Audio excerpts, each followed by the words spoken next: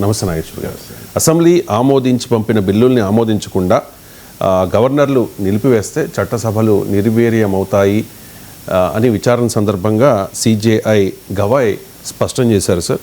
కోర్టులు చేతులు కట్టుకుని కూర్చోవాలా, గవర్నర్లు బిల్లుల్ని నిర్వధికంగా నిలిపేస్తే చట్టసభలు నిర్వీర్యమవుతాయి, రాజ్యాంగ విధులు నిర్వర్తించాల్సిన వారు ఆ పని చేయనప్పుడు మేం జోక్యం చేసుకోవద్దా అని చెప్పి కామెంట్ చేశారు సార్. సో గవాయ్ వ్యాఖ్యల మీద మీ కామెంట్స్. అంటే ఇష్యూ ఏంటంటే గతంలో సుప్రీంకోర్టు ఓ తీర్పు చెప్పింది, గవర్నర్లు రాష్ట్రపతులు ఎంత సమయంలో బిల్లు క్లియర్ చేయాలి. ఇప్పుడు గవర్నర్లు రాష్ట్ర శాసనసభ పాస్ చేసినటువంటి బిల్లును గవర్నర్లు నిరవధికంగా ఏ కారణమో చెప్పకుండా అలాగే పెట్టేసుకుంటారు. తమిళనాడులో అయితే 4 years ఒక బిల్లు. సో వెరీ పర్పస్ ఆఫ్ లెజిస్లేచరే వాల్యూలెస్గా మారిపోతుంది. చట్టసభ ప్రజలు ఎన్నుకున్నది అసెంబ్లీని చట్టాలు చేయడానికి. అసలు ప్రజలు ఎన్నుకున్న శాసనసభ చట్టం చేసి గవర్నర్ పంపిస్తే గవర్నర్ ముందు 3 ఆప్షన్స్ ఉంటాయి: ఆమోదించడము, లేదా తిరిగి పంపించడము, లేదా ప్రెసిడెంట్ ఆమోదానికి పంపడం, ప్రెసిడెంట్ అసెంట్కి పంపడం. ఈ 3 చేయకుండా నిరవధికంగా తన వద్దే పెండింగ్లో పెట్టుకుంటున్నాడు. ఎందుకు పెట్టుకుంటున్నాడంటే రాజ్యాంగంలో ఎక్కడ గవర్నర్ ఇన్ని రోజుల్లో బిల్లు క్లియర్ చేయాలని లేదు, యాజ్ సూన్ యాజ్ పాసిబుల్ అని ఉంది. అలాగే రాష్ట్రపతికి పోయిన కూడా రాష్ట్రపతి ఏంది నేను చెప్పకుండా అలాగే పెట్టేసుకుంటున్నారు. ఇలా తమిళనాడుకు చెందిన 10 బిల్లు, 1 కాదు 2 కాదు, ఏదైనా ఒక బిల్లు ఏదో చాలా కాంట్రవర్షియల్ ఉంది అంటే అర్థం చేసుకోవచ్చు. సో 10 బిల్లులు తమిళనాడు శాసనసభ ఆమోదించి గవర్నర్కి పంపితే గవర్నర్ ఏం నేను తీసుకోడు. సో ఈ పరిస్థితిని ఎలా అడ్రస్ చేయాలని కోర్టుకు వెళ్ళినప్పుడు సుప్రీంకోర్టు క్లియర్గా టైం లిమిట్స్ నిర్దేశించింది.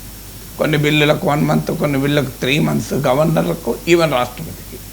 దీనిపైన కేంద్ర ప్రభుత్వం అదేంటి, రాష్ట్రపతి గవర్నర్ రాజ్యాంగబద్ధమైన వ్యవస్థలు కదా, వాళ్లకు మీరు స్టాట్యుటరీ అథారిటీస్ అంటే చట్టం ద్వారా ఏర్పడినటువంటి అధికార వ్యవస్థలకు టైం నిర్దేశించవచ్చు, కానీ కాన్స్టిట్యూషనల్ అథారిటీస్ రాజ్యాంగబద్ధంగా ఏర్పడినటువంటి వ్యవస్థలకు టైం ఎలా నిర్దేశిస్తారు, రాజ్యాంగంలో లేదు కదా అనే దాన్ని కేంద్రం ప్రస్తావించింది. అంటే కోర్టులు అన్ని రకాల సమస్యలకు పరిష్కారం చూపే వ్యవస్థలు కాదు.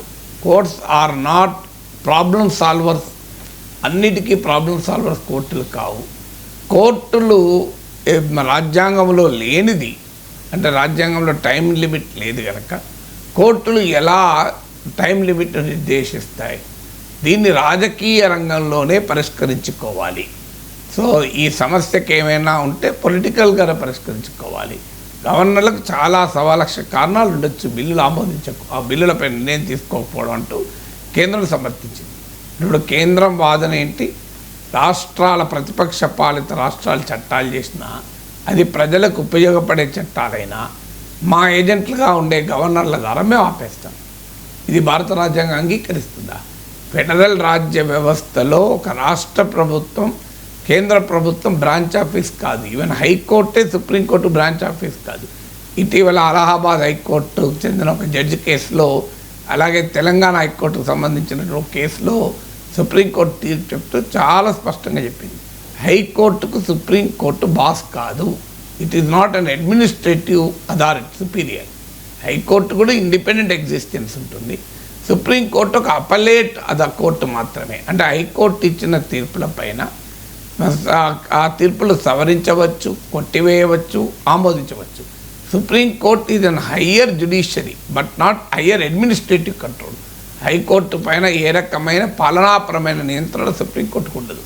సో ఇది సుప్రీంకోర్టు కోర్టుల విషయంలోనే చెప్పింది, హైకోర్టుకు సుప్రీంకోర్టుకు కూడా సంబంధాల పైన. మరి రాష్ట్ర ప్రభుత్వము కేంద్ర ప్రభుత్వం మధ్య కూడా అదే సంబంధాలు కదా.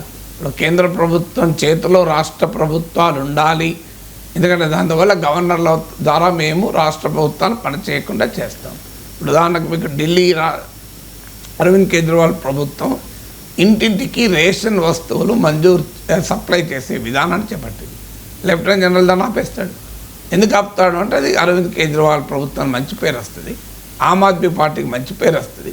అది రాకుండా బీజేపీకి లాభం కావాలి కనుక ప్రజలకు లాభం అయ్యేదాన్ని కూడా ఆపేస్తాడు.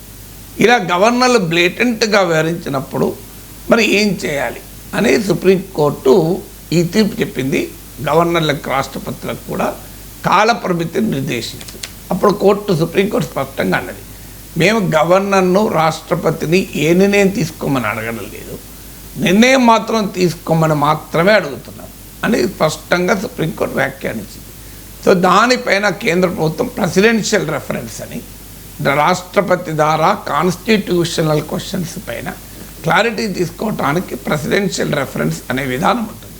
ప్రెసిడెన్షియల్ రెఫరెన్స్ ద్వారా సుప్రీంకోర్టు ఒపీనియన్ అడిగింది, ఇలా గవర్నర్లు రాష్ట్రపతులకు కాల పరిమితి నిర్దేశించవచ్చా అని, దీన్ని తేల్చండి, ఇది ఒక రాజ్యాంగపరమైన ప్రశ్న అని సుప్రీంకోర్టు ప్రెసిడెన్షియల్ రెఫరెన్స్ ఇస్తే చీఫ్ జస్టిస్ గవా నాయకత్వంలో 5 సభ్యుల ధర్మాసనం ఈ కాన్స్టిట్యూషనల్ రెఫరెన్స్ను విచారిస్తున్న సందర్భంగా సుప్రీంకోర్టు అడిగిన మాట ఇది.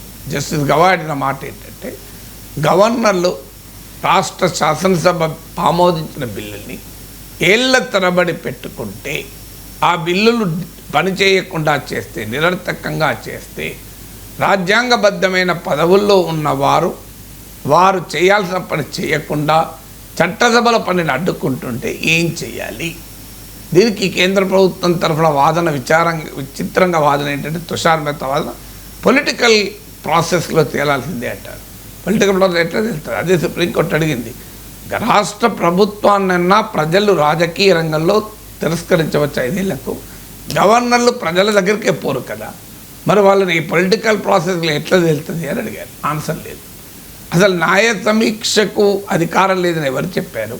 సుప్రీంకోర్టు 42nd కాన్స్టిట్యూషనల్ అమెండ్మెంట్ ద్వారా 1976లో జ్యుడిషియల్ రివ్యూకు కళ్ళం వేస్తే సుప్రీంకోర్టే తీర్పు చెప్పింది కదా, judicial review form part of the basic structure of the constitution, రాజ్యాంగ మౌలిక స్వరూపంలో న్యాయ సమీక్ష భాగం. అలాంటప్పుడు న్యాయ సమీక్షనే కాదంటే ఎలా అని సుప్రీంకోర్టు అడిగింది. కేంద్ర ప్రభుత్వం ఆన్సర్ లేదు. ఎందుకంటే సుప్రీంకోర్టు రాజ్యాంగ భాష మాట్లాడుతుంది, కేంద్ర ప్రభుత్వం తరఫున లాయర్ అయిన తుషార్ మెహతానేమో రాజకీయపరమైన ప్రయోజనాల భాష మాట్లాడుతున్నాడు. ఇప్పుడు కేంద్ర ప్రభుత్వ రాజకీయ ప్రయోజనాల కొరకు రాజ్యాంగాన్ని మేము భ్రష్టు పట్టిస్తాం అనే స్థాయికి వచ్చారు. ఇలా ముఖ్యమంత్రుల్ని మేము ఏదైనా ఒక కేసు పెట్టి పోలీసులు అరెస్ట్ చేసి 30 రోజుల దాకా బెయిల్ రాకుండా చేస్తే ముఖ్యమంత్రి పదవి పోతుంది, ప్రధానమంత్రి పదవి కూడా పోతుంది. కానీ ప్రధానమంత్రి పదవి ఎవరు చేయాలి? ఆ ఏజెన్సీలే ప్రధానమంత్రి కింద పనిచేస్తాయి. ఇప్పుడు ఈడీ సిబిఐ ప్రధానమంత్రి పైన కేసు పెట్టి అరెస్ట్ చేస్తాయా? ప్రాక్టికల్గా జరగదు కదా. థియరిటికల్గా ప్రైమ్ మినిస్టర్ కూడా పెట్టాం కదా అంటున్నారు. ప్రతిపక్ష పాలిత ముఖ్యమంత్రులు కాకుండా బీజేపీ ముఖ్యమంత్రుల్ని సిబిఐలు ఈడీలు కేసులు పెట్టి జైలు వేస్తాయా? సో ఇట్లా ముఖ్యమంత్రులు మేమే తొలగిస్తాం, శాసనసభ చేసిన పనుల్ని గవర్నర్ ఆపేస్తాడు. అసలు భారతదేశంలో రాజ్యాంగం పనిచేస్తుందా? అందుకే ఉపరాష్ట్రపతి ఎన్నిక రాజ్యాంగం కొరకు జరుగుతున్న ఎన్నిక అని చెప్పడానికి కారణం అది. ఎందుకంటే సీరియస్ కాన్స్టిట్యూషనల్ క్రైసిస్ ఇది. గవర్నర్లు అంటే ఎంతకాలం ఉంచుకుంటారట. సో దానికి కేంద్ర ప్రభుత్వ వాదన ఏంటంటే, ఇలాంటి చట్టాల ద్వారా తేలాలి తప్ప కోర్టు తీర్పు ద్వారా తేలితే చట్టం చేయండి మీరే. మరి రాజ్యాంగాన్ని సవరించి ఆస్తున్న రెస్పాన్సిబిలిటీ తీసేసి సుప్రీంకోర్టు ఇచ్చిన తీర్పుకు అనుగుణంగా లేదా మీరే న్యాయంగా భావించిన కాలపరిమితి నిర్దేశిస్తూ చట్టం చేయండి. ఎవరు తింటున్నారు? రాజ్యాంగాన్ని సవరించి ఇంకో గవర్నర్ 3 నెలల్లో లేదా 6 నెలల్లో లేదా ఏడాదిలో నిర్ణయం తీసుకోవాలి. తీసుకోకపోతే ఆ బిల్లు ఆమోదించినట్లే భావించాలి అని మీరే మార్చని చట్టాన్ని. అంటే మీరు రాజ్యాంగాన్ని మీరు భ్రష్టు పట్టిస్తుంటారు. మీరు రాజ్యాంగంలో రక్షణ కల్పించారు చట్టం ద్వారా. కోర్టులు తీర్పు చెప్పాలంటే కోర్టులు తీర్పు చెప్పొద్దంటే ఎట్లా? ఇప్పుడు మనం ఆర్టికల్ 356 రివ్యూని చూసాం. ఆర్టికల్ 356 ఏం చెప్తోంది? ఒక రాష్ట్ర ప్రభుత్వం రాష్ట్రంలో గనక కాన్స్టిట్యూషనల్ మెషినరీ బ్రేక్ డౌన్ అయితే, అంటే ఆ రాష్ట్ర ప్రభుత్వం రాజ్యాంగ యంత్రాంగమే విఫలం చేస్తే అప్పుడు ఏం చేయాలి? ఇప్పుడు ఉదాహరణకు ఏదైనా ఒక రాష్ట్ర ప్రభుత్వం మేము దేశం నుంచి స్వాతంత్రాన్ని ప్రకటించుకుంటున్నాం అనే శాసనసభ చెప్తుంది, అప్పుడు ఏం చేయాలి? ఇలాంటి కాన్స్టిట్యూషనల్ బ్రేక్ డౌన్ అడ్రస్ చేయడానికి ఒక రేరెస్ట్ సిచ్యువేషన్లు ఉపయోగపడటానికి రాజ్యాంగంలో ఆర్టికల్ 356 పెట్టారు. రాజ్యాంగం ప్రకారం కేంద్ర ప్రభుత్వ సలహా మేరకే రాష్ట్రపతి నడుచుకుంటాడు. రాష్ట్రపతి ఆర్టికల్ 356 కింద రాష్ట్ర ప్రభుత్వాన్ని తొలగించవచ్చు, చట్టసభ అసెంబ్లీని కూడా రద్దు చేయొచ్చు. ఈ ప్రొవిజన్ వచ్చినప్పుడు అంబేద్కర్ అంటాడు, I hope it will be a dead article అంటాడు. ఇది నిర్జీవంగా పడి ఉండే రాజ్యాంగ అధికరణగా మిగిలిపోవాలని ఆశిస్తున్నాను అంటాడు. కానీ అన్ఫార్చునేట్లీ అది నెహ్రూ కాలం నుంచే 1950s నుంచే ఇప్పటి 100కు పైసార్లు మిస్యూజ్ చేశారు. ఆఖరికి constitutional break down, law and order break డౌన్గా మార్చేశారు. శాంతి భద్రత సమస్య ఉందని చెప్పి కూడా తొలగిస్తారు. ఇలా కేరళలో ఈఎంఎస్ నంబూద్రిపాద్ నాయకత్వంలోని కమ్యూనిస్టు ప్రభుత్వంతో మొదలై అనేక ప్రభుత్వాన్ని తొలగించారు. మనం ఎన్టీ రామారావు ప్రభుత్వాన్ని తెలుగునట్టు చూసాం. అప్పుడు సుప్రీంకోర్టు ఎస్ఆర్ బొంబాయి కేసులో ఒక చారిత్రాత్మక తీర్పు చెప్పింది. ఏం చెప్పింది? రాష్ట్రపతికి కేంద్ర కేబినెట్ ఇచ్చే సలహా న్యాయ సమీక్షకు అతీతము, మేము దాన్ని సమీక్షించము, కేంద్ర ప్రభుత్వం ఏమైనా సలహా ఇవ్వచ్చు, కానీ ఆ సలహాకు ఎంచుకున్న ప్రాతిపదిక రాజ్యాంగబద్ధతను మాత్రం సమీక్షిస్తామన్నారు. అంటే union cabinet advice to the president is not a subject of judicial review, but the material on which Union Cabinet rendered its advice to the President is a subject of judicial review అన్నారు.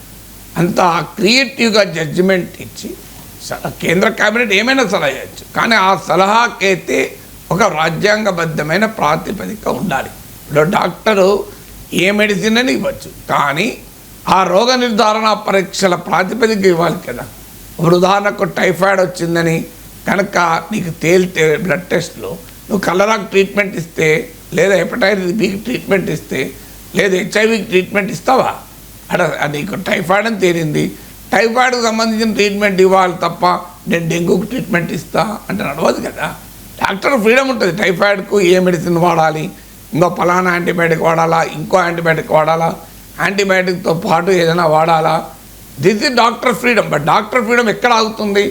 Typhoid అని రోగ నిర్ధారణ పరీక్షలు తేలితే నేను కలరా treatment ఇస్తా, dengue treatment ఇస్తా, doctor స్వేచ్ఛ ఉండదా అంటే ఎట్లా? Doctor is freedom, but that freedom has to exercise with responsibility. మీకు రాష్ట్ర అందుకే సుప్రీంకోర్టు అడిగింది, రాష్ట్ర గవర్నర్లు ఏళ్ల తరబడి బిల్లుల పైన ఏ చర్య తీసుకోకుండా శాసనసభలను పనిచేయకుండా చేసినప్పుడు కోర్టులు చేతులు కట్టుకొని కూర్చోవాలా? కోర్టుల పని ఏంటి? రాజ్యాంగం న్యాయ వ్యవస్థకు ఎక్కడైనా రాజ్యాంగం అతిక్రమణకైతే రాజ్యాంగ విరుద్ధమైన పనులు ఆపడానికే కదా కోర్టులు పెట్టింది. సో అందువల్ల భారత ప్రభుత్వము, మోడీ ప్రభుత్వమేమో రాష్ట్రాల హక్కుల్ని కాలరాస్తూ, రాజ్యాంగ నిబంధనలకి కాలరాస్తూ, ప్రజాస్వామిక మౌలిక సూత్రాలనే కాలరాస్తుంటే సుప్రీంకోర్టు వాటిని కాపాడాలి అనే తపన క్లియర్గా వ్యక్తమైంది. ఫైనల్ జడ్జిమెంట్ ఏమొస్తుందో తెలియదు, కానీ జస్టిస్ గవాయ్ అడిగిన క్వశ్చన్ వ్యాలిడ్ క్వశ్చన్. గవర్నర్లు రాజ్యాంగబద్ధంగా వ్యవహరిస్తే కోర్టులు జోక్యం చేసుకుంటాయి. గవర్నర్లు రాజ్యాంగబద్ధంగా వ్యవహరించడం లేదు కనుకనే కోర్టులు జోక్యం చేసుకుంటున్నాయి. దానికి పరిష్కారం రాజ్యాంగబద్ధంగా గవర్నర్లు వ్యవహరించడమే.